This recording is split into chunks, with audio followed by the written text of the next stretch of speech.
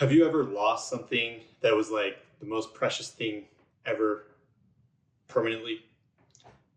How did you respond? And how did it change you? I want to share with you my story today of when I lost something, many things that were the things I valued the most, and why it really might matter to you. I was 25 years old. I had everything I thought I wanted. Life was going great. Had a good job. Had a great marriage, new house, second baby was on the way. I just finished college and we were moving to Minnesota so I could work at the Mayo Clinic. And I was pursuing a graduate school there, and life just threw me a curveball. Seemingly overnight, I went from being the picture of perfect health. I was 25, I was really fit and active, and I ended up in just a few months needing a cane or a wheelchair to get around. I couldn't even work. I had no energy. I failed physical therapy 3 times. All the professionals at Mayo Clinic had no idea what was wrong with me. I couldn't do mental tasks. I couldn't even hold my own kids or read to them. Even like chewing cereal in the morning was so exhausting. Nobody knew what was going on. And eventually they told me that I just have to learn to live like that. I lost so many things in this process. First of all, I lost my future. I had big dreams, big vision of what I wanted to do, how I wanted to impact the world, all those things. Everything I had dreamed of becoming pretty much disappeared. I also lost my health. I had taken it for granted, of course, 25-year-old guy just out of college. But something as simple as walking to the mailbox became a nearly impossible feat for me. And I recognized how much we rely on a healthy body, healthy mind to function in the world and to enjoy life. I also lost my pride. All the things that I thought made me special, thought I was really capable of, they were stripped. I had nothing to show the world that like, hey, I'm special, I'm capable, I'm confident. And with that, I really lost my identity. The person I'd worked really hard to become was it really didn't exist anymore.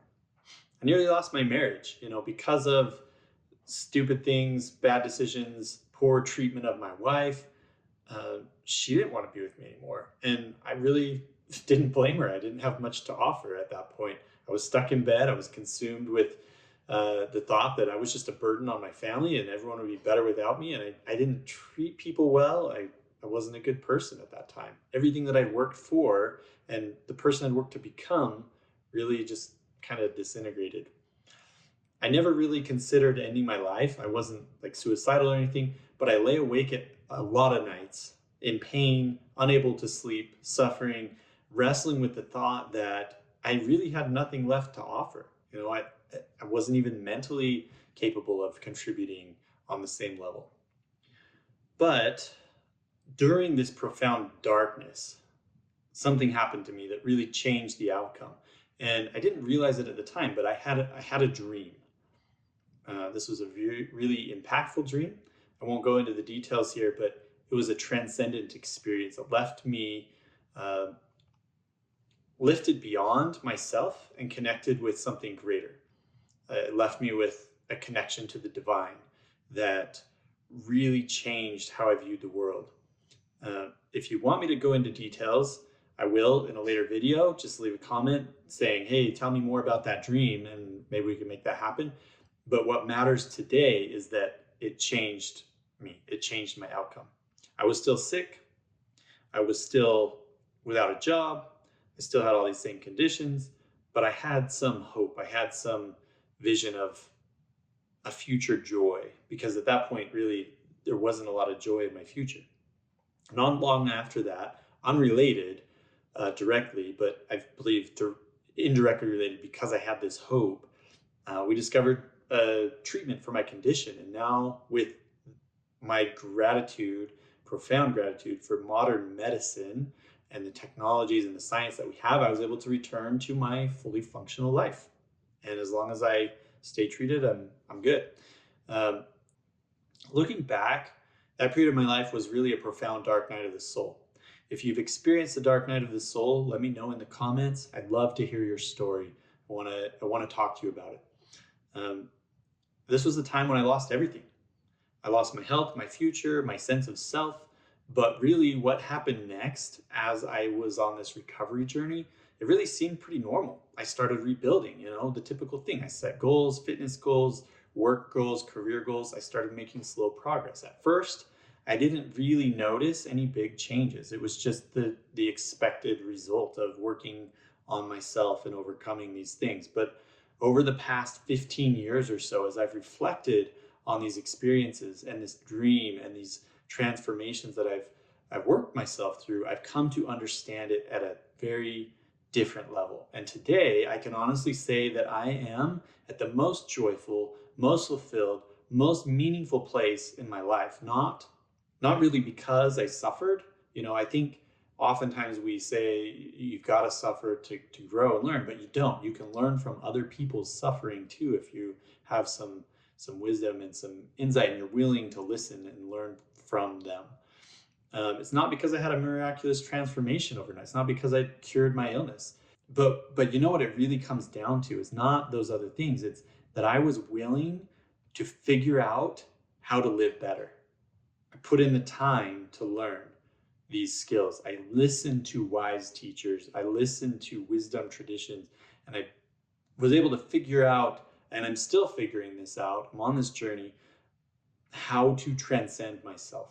And that power of self-transcendence is ultimately what leads to these great, marvelous views of reality opening up to our minds and our eyes, that even in suffering, we can find joy and fulfillment.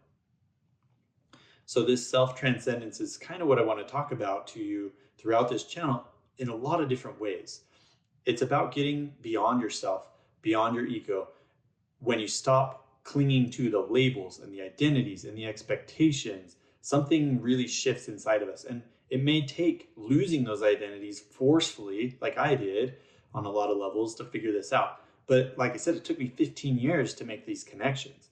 And that's when things started to click. That's when you recognize there's no real need for comparison, for competition. There's only really space for collaboration and connection. Growth doesn't come from fear or pressure from society.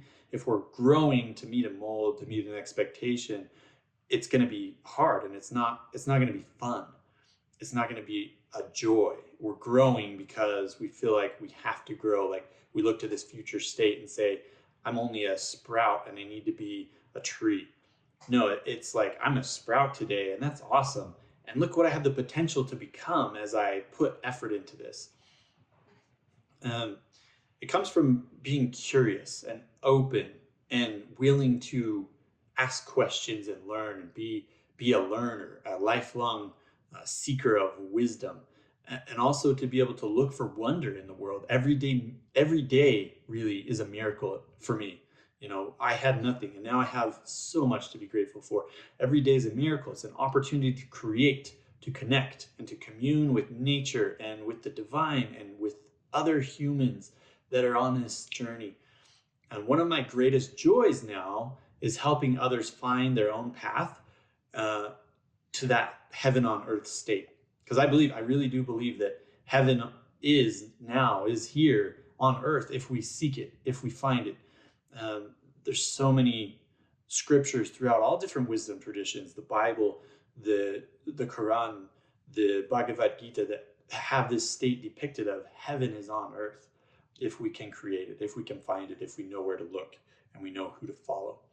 It does take time, it takes work, it takes effort. It doesn't require losing everything, like I said, but that can help, and that is a way forward. So what is Prometheus Path and how does it relate to this? My journey so far has taken me through really a lot of diverse places. I've learned so much along the way.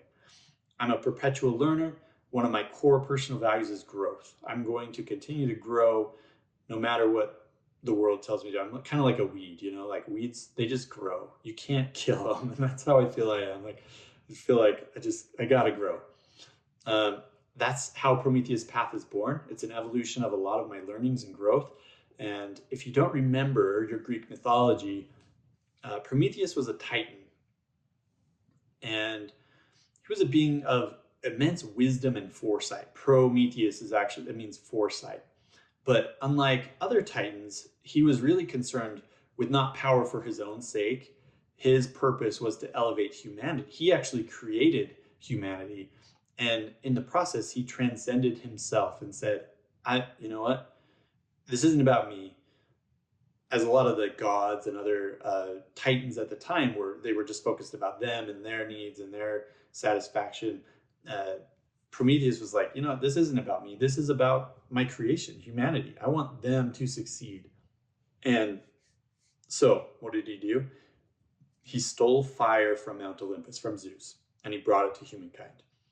It wasn't just physical fire, though. It was fire, but it was also the knowledge and the creativity and transformation that goes with fire.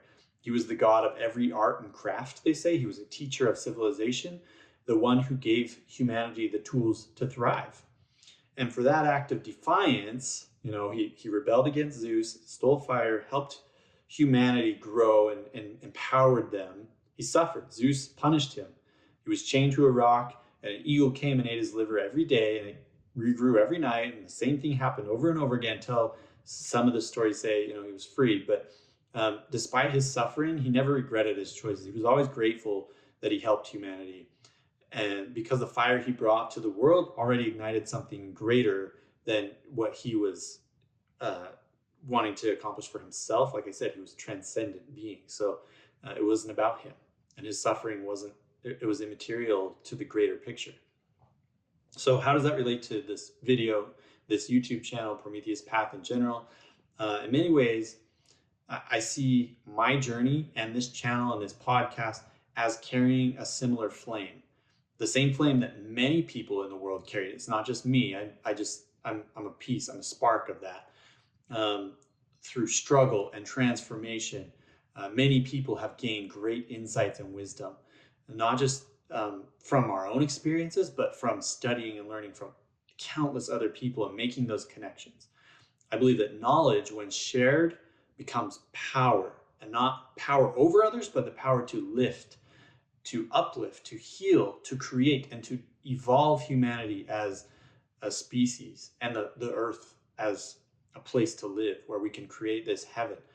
This channel is my own way of passing that fire on to others. It's the fire of self-transcendence. It's the fire of wisdom. It's the fire of personal growth.